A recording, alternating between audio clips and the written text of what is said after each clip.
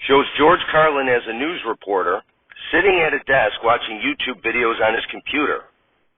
Cuts to the video monitor with the video narrator saying, "It's Deadmented TV, the #1 audio-only sketch comedy show that, despite the title, is not on TV. Presented by Dr. Chicago and your host, Lee Harvey Oswald." Carlin, "Holy shit, the liquor store guy."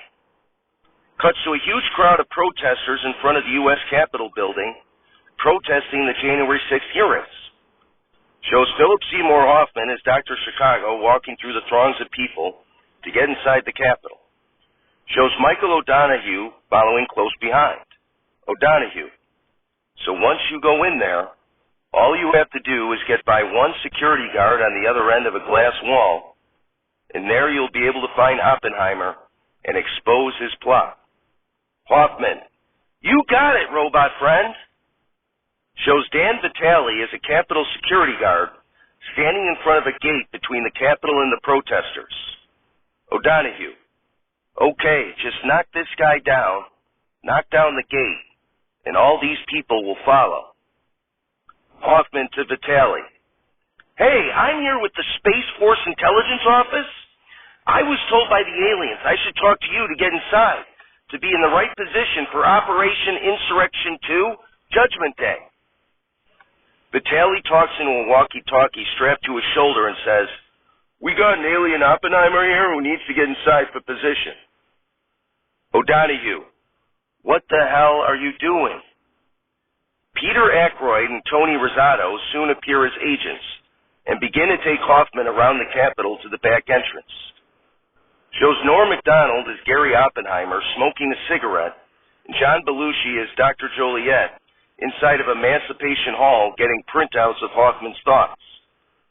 Belushi, "What's happening?" Macdonald, "That son of a bitch must have figured out we were opping him. He's being led by agents right towards us." Cuts to Aykroyd and Rosato leading Hoffman, with O'Donoghue following him, through an underground tunnel that leads them to Emancipation Hall. When they enter the hall, Aykroyd and Rosato leave. Macdonald turns off the machine printing out Hoffman's thoughts, and O'Donoghue disappears. Macdonald and Hoffman then square up. Macdonald, "So, you used an alien op to get in. Not a bad idea." Hoffman, "What is this really about? Why are you doing this to me?" Macdonald, "Well, Dr. Chicago, I'm just following orders. But trust me, we're the good guys. It's too bad you got caught up in this." Shows Chris Farley, John Candy, and Louis Anderson emerge from beneath a very large shadow and stand behind Macdonald and Belushi. Macdonald, "Now, unfortunately, we of course are going to have to kill you. And not just fake kill you, but really kill you. But before I do that, I want you to meet some of my compatriots who are helping usher in liberty through compliance. I believe you already know Dr. Joliet." Belushi nods. Farley, "I'm a stand-in for big tech censorship. Don't forget your boosters." Candy, "Hi, I'm a stand-in for mainstream media. Several states stopping counting in the middle of the night when Trump was leading, only to resume counting around the same time with Biden getting statistically improbable share of the remaining votes, is misinformation falsely claimed without evidence." Anderson, "Hi, I'm a stand-in for conservative media. A bunch of right-wingers taking pictures in the Capitol amounts to an insurrection by Trump, because I don't want to get assassinated." Macdonald, "Oh yeah, and there's one more." Michael Jackson appears from behind the shadow, approaches the group and says, "Hi, I'm a stand-in for crazy people.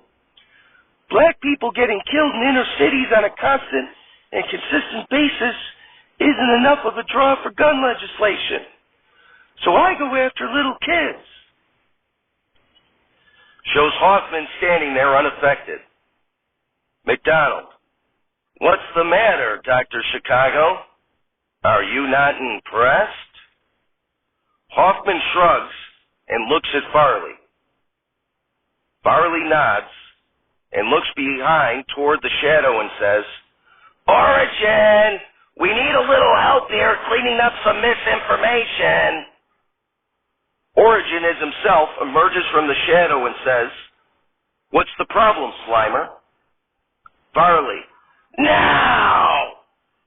Farley, Anderson, and Jackson all tackle Candy and get him down to the ground and get on top of him from behind. Julius Caesar then runs into the room, pulls out a dagger, and decapitates Origin. McDonald takes cover behind a table, looks up and does not see Hoffman anywhere. George Carlin runs into the room and says, Okay, I figured it out. The bum in front of the liquor store, he was trying to send me a secret message. I finally figured it out.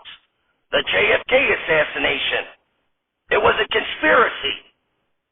Lee Harvey Oswald was merely a patsy. Farley. No shit! McDonald gets up from behind the table.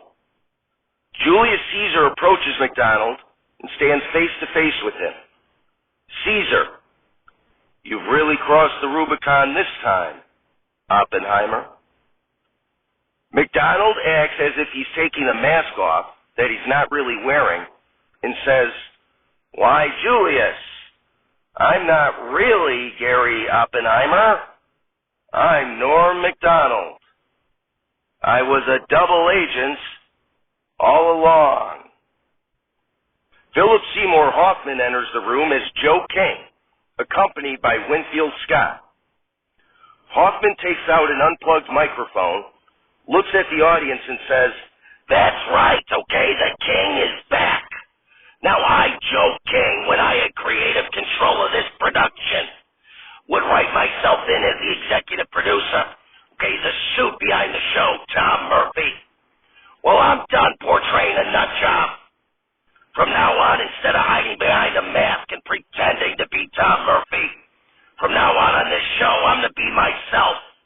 Creative director and alter ego of Tom Murphy, Joe King.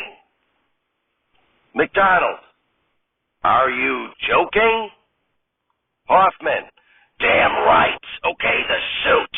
Mr. Murphy, after a COVID joke of mine, of course sold out and gave the show to Origin and left me for dead. But now I'm back and so are SNotL's balls.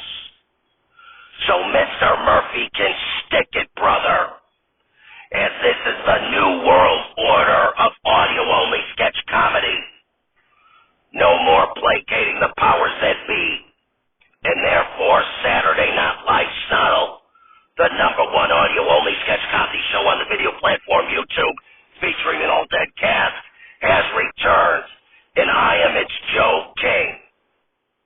And live from Tom's phone, we're not alive. It's Saturday Night Live, starring an ever-evolving cast that is unionized and refuses to allow their names to be mentioned until their demands are met. Musical guests, Terry Kath, and your host, Bill Russell. Ladies and gentlemen, Bill Russell. Applause, applause, applause. Russell. Thank you, thank you. I'm really happy to be here on this show. Well, it's not actually live. At least it's unrehearsed. Now, back in 1979, I got to host what was my favorite show, Saturday Night Live. Applause, applause, applause. When I hosted SNL, I said that show was all about teamwork, just like a successful basketball team. However, this show seems more like a one-man team looking at a first-round exit. But I'm very, very proud of my life and my career. With the Boston Celtics, I was part of a dynasty that won 11 championships over 13 seasons. And while I played a big part of it as the man in the middle, I didn't do it alone. We were a successful team.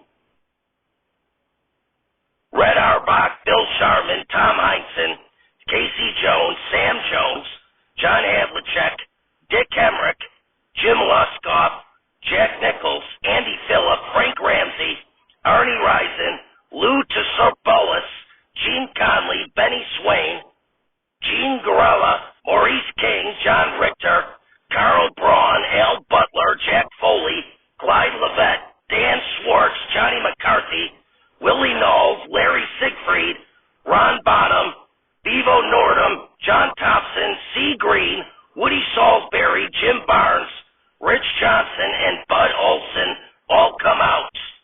Applause, applause, applause. Russell. So I want to thank Coach Auerbach and my 33 teammates who predeceased me for all their hard work in making us the most prolific professional basketball dynasty of all time. Auerbach. I know the Lakers have Kobe, Wilt, and Baylor up here, but I love our chances. Russell. Damn right. Anyway, we have a great show tonight. Terry Kath of the band Chicago is here.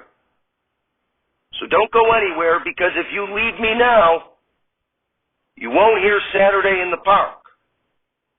We'll be right back.